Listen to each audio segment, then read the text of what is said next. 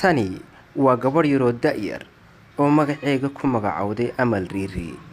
Amal Riiri TikTok-ga ayay ku soo bandhigtaa muuqaallo gaagaaban sida qayrkeed oo kale. Amal Riiri waxay ahayd gabadh yaroo asturan oo deggan oo dhaqan iyo xushmad iyo diini ay ka muuqato bilowgii hore fiidiyoosheeda. Amal fiidiyoogan waxay soo gelisay maalin ka hor isla waqti xaadirkan hadda aan la hadlayo. Isla muuqaalkan Amal Riiri kamay helin wax falcelina oo kaga imatay xagga bulshada sida wax loo fusaaro ama komood badan ama sheer badan.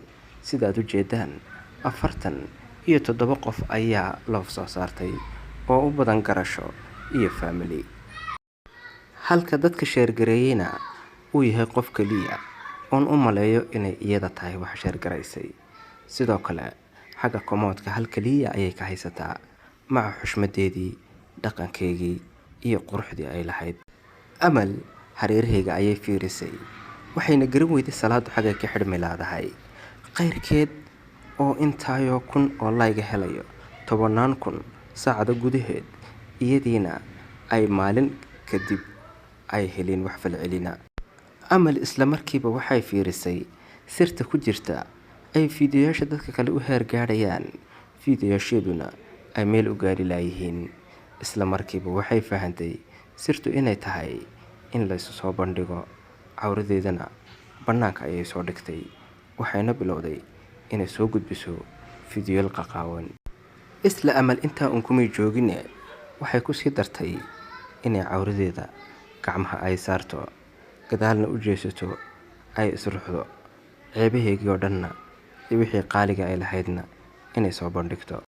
Bal hadda isha igula qabo maxaa isbedelay kadib Amal markay soo qaawisay cawradeedii iyo ceebteediina markay soo bandhigtay. Maxaa isbedelay? Amal fiidiyoogan ayay soo gelisay 11 saacadood ka hor waqti xaadirkan hadda la hadlayo.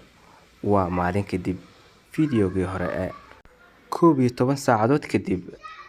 Amal waxay la kulantay falcelin qayr caadiya, soo dhaweyn, like badan, komood badan, falcelin badan, sheer badan iyo wax la mid ah. Kulley hadda Amal niyad ahaan ma faraxsana, qalbigeyguna u gubanayaa. Familkeygu sidoo kale aad ayay uga naxsan yihiin gabadhoodii oo cawrada faraha saarayso, ummadoo dhan ay daawanayso. Waalidkii oo kale, asxaabteedii intii wanaagga la jeclayd, laakiin Amal waxaa kaga waalay bulsho kale oo xumaanta dhiirigelisa, wanaagga aan dhiirigelin, oo markay xumaan arkaan dhiirigelin badan siiya. Haddaba su'aashu waxay tahay, Amal ayaa kaga waalay dembiga ma lala leeyahay mise iyada kaliya ayaa leh? Sida oo kale su'aashu waxay tahay, marka ay wanaagsanayd maxaa loo dhiirigelin waayey, maxaa loo garab joogsan waayey oo wanaagga hore ugu soco loogu odhan waayey? Kulley falalkaas iyo falcelinta rag ayaa u badane. Waxaan maanta u sheegayaa fariinteedu hadday gaadhayso, walaal garbaha kaga waalina. Gabadh asturan markaad aragtaan dhiirigeliya, waxay u qalanta siiya. Gabadh qaawan markaad aragtaana ka yareeya falcelinta badan iyo hore u socda.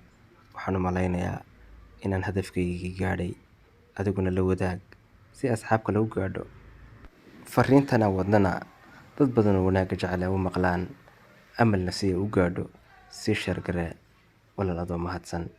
Assalaamu calaykum.